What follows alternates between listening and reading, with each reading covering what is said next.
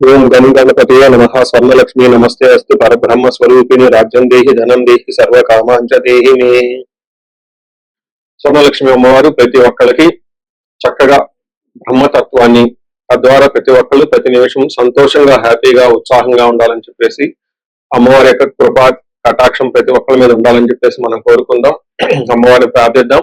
అంతేకాకుండా ప్రతి ఒక్కరికి కూడాను రాజ్యం దేహి అమ్మవారు ఒక అథారిటీని, ఒక పవర్ ని, ఒక స్టేటస్ ని, ఒక దర్పాన్ని ప్రతి ఒక్కరికి ఇవ్వాలని చెప్పేసి కోరుకుంటూ, దీనితో పాటుగా ధన సమృద్ధి, ధనం అనేది ప్రతి ఒక్కరికి ఉండాలని, చక్కగా వాళ్ళ ఇంటి నిండా బ్యాంక్ అకౌంట్లు ఉండా ఎక్కడ పెట్టినా ధనం ఉండాలని, ప్రతి ఒక్కరికి ధనం లేదు అన్న ఒక ఫీలింగ్ అనేది వాళ్ళకి రాకుండా సమృద్ధిగా ధనం ఉండాలని చెప్పేసి అమ్మవారిని ప్రార్థిస్తూ, దీనితో పాటు సర్వకామాక్ష దేహిమి అంటే మన మనసులోకి వచ్చిన ప్రతి కోరిక కూడా అమ్మవారి తక్షణమే నెరవేర్చాలి. ఈ విధంగా అమ్మవారి యొక్క కృపా కటాక్షం మన మీద ఉండాలి.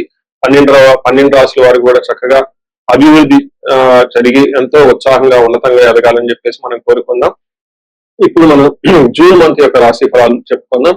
జూన్ మంత్ రాశి ఫలాలు చెప్పుకుంటే ఈ జూన్ మాసంలో మనకి 2-3 రకాల విశిష్టతలు ఉన్నాయండి, అవి తెలుసుకుందాం. ఫస్ట్ ఈ జూన్ మంత్ మనకి అధిక జ్యేష్ఠ మాస పౌర్ణమితో స్టార్ట్ అయ్యి నిజ జ్యేష్ఠ మాసం పౌర్ణమితో ఎండ్ అయిపోతుందని మీరు గమనించాలి.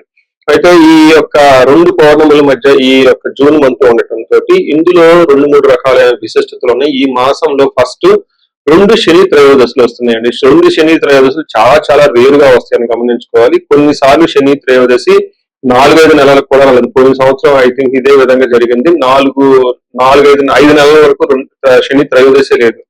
చాలా మంది పూజలు చేసుకోవాలన్నా కానీ, శనికి సంబంధించిన ఏమైనా పరిహారాలు చేసుకోవడానికి శని త్రయోదశి చాలా బెస్ట్ ఇది. అలాంటిది శని త్రయోదశులు 2 వస్తున్నాయని గమనించుకోవాలి. వీటితో పాటుగా చాలా మందికి ఎప్పుడైతే అమావాస్య వెళ్ళిపోయిందో మనకి నిజ జ్యేష్ఠ మాసం స్టార్ట్ అవుతుంటూ చాలా మందికి పెళ్లిళ్ళు సీజన్ వస్తుందని మనం చెప్పుకోవాలి. పెళ్లిళ్ళకి చాలా అనుకూలమైన టైం అని గమనించాలి. ఇంకొక ముఖ్యమైన విషయము, లాస్ట్ అంటే జూన్ ఎండ్ లో మనకి ఏరువాక పున్నమి అని వస్తుంటుంది. ఇది రైతులకు ప్రత్యేకంగా చాలా చాలా ముఖ్యమైన రోజు. ఆ రోజున అందరూ అర్పణలు కట్టుకుంటారు. ఎద్దులకి చక్కగా మనకేమంటారు అలంకరణ చేసుకొని గుడి చుట్టూ తిరుక్కొని అక్కడ నుంచి అరక కట్టుకొని ఊళ్ళల్లోకి వెళ్ళిపోయేసి పొలం దున్నటం స్టార్ట్ చేస్తారని గమనించాలి. సో ఇది కూడా ఇప్పటికీ కూడా ఇది మనకి ఎప్పటి నుంచో ఉన్న ఒక సనాతన ధర్మంలో భాగంగా ఎద్దులను పూజ చేయటం, వాటిని మందీశ్వరులుగా భావించుకోవటం, గుడి చుట్టూ 3 రౌండ్లు తిప్పుకోవటం, భజనలు పెట్టుకోవటం, దండారా వేయటం, ఈ పనులను చేస్తూ ఉంటారు. ఒక ఉత్సాహంగా టోటల్ విలేజెస్ కూడా చాలా చక్కటి వాతావరణంలో ఇవన్నీ జరుపుకుంటూ ఉంటారని గమనించాలి. సో ఇది ఈ జూన్ మంత్ లో ఉన్న యొక్క విశిష్టతలు, ముఖ్యమైన పండగలు, అలానే ముఖ్యమైన ఇంపార్టెంట్ డేట్లను మనం చెప్పుకున్నాం. ఇప్పుడు ఇంకొకటి చెప్పుకోబోతున్నాం, అది జ్యోతిష శాస్త్రం ప్రకారంగా గ్రహాల గురించి. జూన్ మాసంలో 5 గ్రహాలు మారుతూ ఉన్నాయండి. 28వ తారీఖున అంటే నెల బిగిన్ అవ్వక ముందే బుధుడు మారుతూ ఉన్నారు. వీళ్ళతో పాటు శుక్రుడు, కుజుడు, సూర్యుడితో మారుతూ ఉన్నారు జూన్ మాసంలో. ఇంకా ముఖ్యమైనది సంవత్సరానికి ఒక్కసారి మారే గ్రహం ఏంటంటే గురువు మారుతూ ఉన్నారు. ఈ గురువు జూన్ 2వ తారీఖున మారుతూ ఉన్నారు. అంటే మనం జూన్ మంత్ లో 5 గ్రహాల యొక్క ప్రభావం ఎలా ఉండబోతుంది అనేది మనం చెప్పుకుంటూ ఉన్నాం అనమాట. మనం వృశ్చిక రాశి చూద్దాం. వృశ్చిక రాశి వాళ్ళకి అదేదో సినిమాలో చెప్పినలాగా ఎన్నాళ్ళలో వేసిన ఉదయం లాగా వీళ్ళకి ఒక మంచి అదృష్టమైన టైం అయితే రాబోతూ ఉంటుంది. దానికి కారణం ఏంటంటే వీళ్ళకి గురువు చాలా రోజుల తర్వాత 8వ స్థానం నుంచి 9వ స్థానానికి మారుతూ ఉన్నారు. ఎప్పుడైతే గురువు 9వ స్థానానికి మారిపోతారు వీళ్ళకి మహాభాగ్య యోగం. ఇప్పటి వరకు ఉన్న కష్టాలకి అన్నిటికీ ముగింపు పలికి చక్కగా ఒక దివ్యకరమైన శోభాయకరమైన టైం అయితే వచ్చే అవకాశం ఈ రాశి వాళ్ళకి చాలా బాగుంటుంది.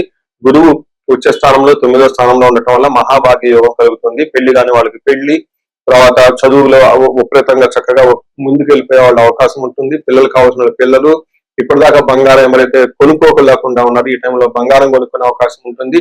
హైయర్ ఎడ్యుకేషన్ లో ఎక్స్ట్రీమ్ గా వెల్ చేసే అవకాశం ఉంటుంది. అందులో ముఖ్యంగా ఈ జూన్ మాసంలో మిగతా అన్ని గ్రహాలు కూడా చాలా అనుకూలంగా ఉన్నాయని మీరు గమనించాలి. ఇందులో నక్షత్రాలు చూసుకుంటే విశాఖ 4వ పాదం, అనురాధ 1, 2, 3, 4 పాదాలు, జ్యేష్ఠ 1, 2, 3, 4 పాదాలంతా ఈ వృశ్చిక రాశిలో ఉంటాయని గమనించాలి. పేరు బలం పెట్టి చూసుకుంటే తో, నా, నీను, నేను, యా, ఈ, యు అనే పేర్లంతా కూడా ఈ వృశ్చిక రాశిలో ఉంటాయని గమనించాలి.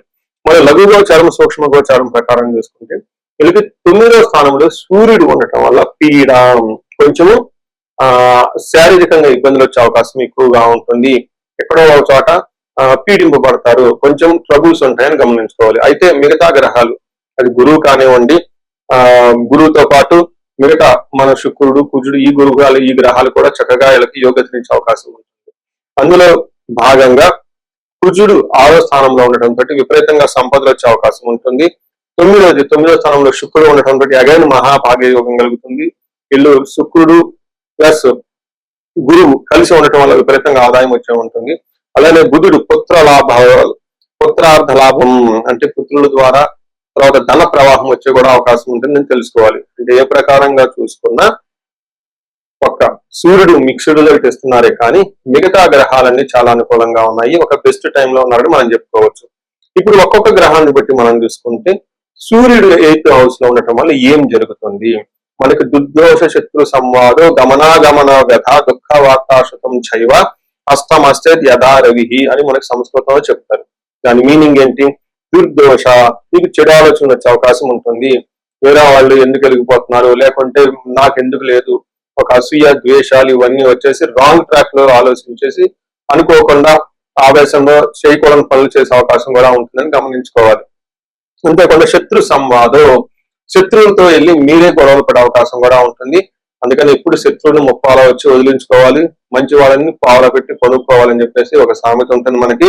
అలానే గమన వ్యధ వృతం, అంటే ఎప్పుడైనా రాకపోకలు చేసినా, ట్రావెల్ చేసినా, జర్నీ చేసినా అందులో మీకు ఉపయోగం అనేది ఏమీ ఉండదు. దుఃఖ వార్తాశ్రుతం చైవ, అంటే మీరు వినకూడని వార్తలు, బ్యాడ్ న్యూస్ వినే అవకాశం ఎక్కువగా ఉంటుంది.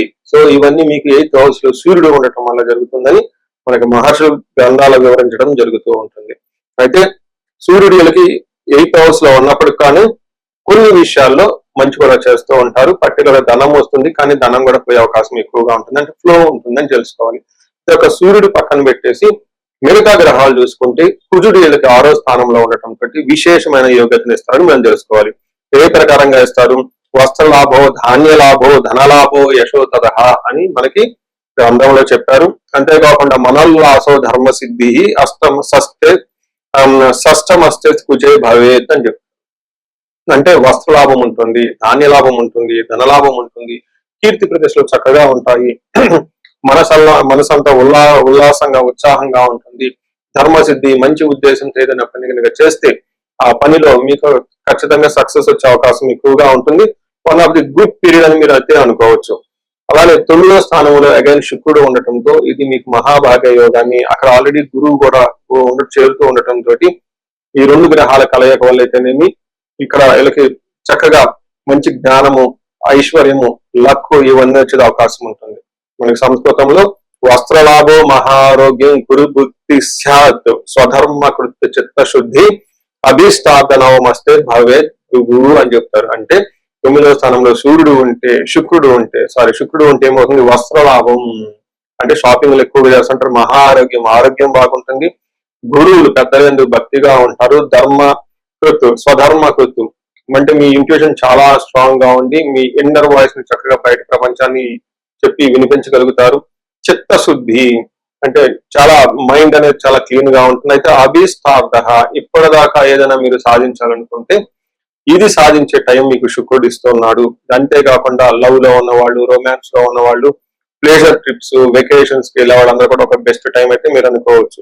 సో ఏ ప్రకారంగా చూసుకున్నా వృశ్చిక రాశి వాళ్ళకి చాలా చక్కగా ఉంటుంది ఇక నుంచి అని మీరు తెలుసుకోవాలి. అందులో జూన్ జూలై మంత్లు కూడా ఇంకా చాలా బాగుండే అవకాశం ఉంటుంది. మనం ఇప్పుడు రెమెడీస్ చూసుకుంటే ముఖ్యంగా నేను అందరికీ సలహా ఇచ్చేది ఏంటంటే, మీ వయసు కనుక 35 to 45 ఉండి ఎక్కడ లైఫ్ లో మీరు ఆగిపోయారు, ఇప్పుడు దాకా గ్రోత్ ఉంది, చక్కగా ఒక మేనేజర్ పొజిషన్ లో ఉండి ఉన్నతంగా ఉంది, కానీ లైఫ్ ఇప్పుడు అనేది మీకు ఛాలెంజింగ్ గా ఉంది. దీన్ని మనం జనరల్ గా మిడ్ లైఫ్ క్రైసిస్ అని చెప్తూ ఉంటారు చాలా మంది. బట్ జ్యోతిష శాస్త్రంలో మిడ్ లైఫ్ క్రైసిస్ ఎందుకు వస్తుంది అనేది చాలా చక్కగా వివరించడం జరిగింది. ఆ టైంలో మీకు శాపాలు అనేవి యాక్టివేట్ అవుతూ ఉంటుంది, ఆ టైంలో మీకు గ్రహ దోషాలు అని ఉంటాయి, ఈ గ్రహ దోషాలు కూడా మీకు యాక్టివేట్ అవుతూ ఉంటాయి. ఇది ఒక్కసారి మీరు ఇన్ కేసు మీ ఏజ్ కనుక అలా ఉండి అప్పటిదాకా బాగుండి మధ్యలో మేము లైఫ్ లో స్ట్రక్ అయిపోయాము, గ్రోత్ లేదు, డైరెక్షన్ లేదు, సరిగా ఇంప్రూవ్మెంట్ లేదు, రిలేషన్షిప్స్ లో ప్రాబ్లమ్స్ వస్తూ ఉన్నాయి, ఎలా వెళ్ళాలో కన్ఫ్యూజన్ లో ఉన్నారు అనుకున్నప్పుడు ఖచ్చితంగా ఒకసారి జ్యోతిష శాస్త్రంలో మీ ఇండివిడ్యువల్ హారోస్కోప్ చూపించుకోండి. అందులో టోటల్ శాపాలు ఏమైనా ఉన్నాయో స్కాన్ చేసుకుని అవి ఇప్పుడు యాక్టివ్ గా ఏమైనా ఉన్నాయో తెలుసుకోవడం చాలా చాలా ముఖ్యం. ఇప్పుడు దాకా మనం చెప్పుకున్న ఈ గోచార ఫలితాలు మీకు ఒక 30-40% మాత్రమే ఎఫెక్ట్ అవుతాయి. 100% మీ జాతకం కరెక్ట్ గా ఉంది ఎలా ఉందని తెలుసుకోవడానికి ఇండివిజువల్ జాతకం చూపించుకోవడానికి చాలా ఇంపార్టెంట్. అందులో ఉన్న దశలు ఎలా ఉన్నాయి, భుక్తులు ఎలా ఉన్నాయి చూసుకొని చక్కగా పరిష్కారాలు చేసుకొని పరిహారాలు చేసుకుంటే లైఫ్ అనేది 10 రెట్లు ముందెళ్ళే అవకాశం ఎక్కువగా ఉంటుంది. చాలా మందికి ధనానికి ఇబ్బంది పడిపోతూ ఉంటారు. అప్పటిదాకా ధనం ఫ్లో ఉంటుంది, సడన్ గా ధనం ఫ్లో ఆగిపోయి ఉంటుంది. వాళ్ళు స్వర్ణలక్ష్మి విశేష హోమం చేయించుకోవటం, కుబేర పాశుపతం చేయించుకోవటం చాలా ముఖ్యం. దీనితో పాటు చాలా మంది భార్యాభర్తల మధ్య అన్యోన్యత అనేది లేకుండా చాలా ఇబ్బంది పడిపోతూ ఉంటారు. ఏదో ఉన్నామంటే ఉంటారు కాబట్టి ఈ యొక్క భార్యాభర్తల మధ్య గొడవ వల్ల ఇంట్లో అనేక రకమైన ప్రాబ్లమ్స్, మిస్అండర్స్టాండింగ్స్ వస్తూ ఉంటాయి. బంధువుల చుట్టాలతో కూడా ఒకసారి మీకు అంతా విలువ ఇవ్వకుండా పోతూ ఉంటారు. ఇలాంటి వాళ్ళు అన్యోన్య దాంపత్య పాశుపతం చేయించుకోవటం లేదా విశ్వావసు గంధర్వరాజ మహా హోమం చేయించుకోవటం, విశేష హోమం చేయించుకుంటే జాతకంలో ఉన్న దోషాలు పోయి చక్కగా ఉంటారు. ఇవి కాకుండా ప్రతి ఒక్కరికి ఈ మధ్య అమెరికాలో ఉంటూ ఉంటారు, లేదంటే ఎన్ఆర్ఐలు చాలా మంది ఉంటారు. చాలా డైలమా ఉంటుంది. ఏ కెరీర్ వెళ్తే బాగుంటుంది, ఇండియాలో ఉంటే బెటర్ గా ఉంటుందా, లేదంటే ఇండియా నుంచి ఫారిన్ వెళ్తే బాగుంటుందా, ఫారిన్ సెటిల్మెంట్ యోగం ఉంది, అసలు ఫారిన్ లో ఎంత కాలం ఉంటాం, ఇలాంటి విషయాలు చాలా మంది ఈ వీసాల గురించి, గ్రీన్ కార్డుల గురించి, లేదంటే ఎంఎస్ చేయాలనుకున్న వాళ్ళకి చాలా కన్ఫ్యూజన్ లో ఉంటారు. అలాంటి వాళ్ళు కూడా ఒకసారి జాతక చక్రం చూపించుకుంటే చాలా బాగుంటుంది. యూజువల్ గా వీసాలు రావడానికి నేను మన్యు పాశుపత అభిషేకం విత్ రాహు గ్రహం శాంతులు ఎక్కువ చేస్తూ ఉంటాను. ఇలా రాహువుకు సంబంధించి మన్యు పాశుపతం చేస్తే వీటితో పాటు లక్ష్మీ గణపతి జపము, ఎక్కువ స్వర్ణలక్ష్మి జపం చేసుకుంటూ ఉంటే ఇక్కడ ఫారిన్ లో ఈ వీసా ప్రాసెసింగ్ లేదంటే ఈ డాక్యుమెంటేషన్ వర్క్ అనేది చాలా చక్కగా ఫాస్ట్ గా ఎలాంటి ఆటంకాలు లేకుండా అయ్యే అవకాశం ఉంటుంది.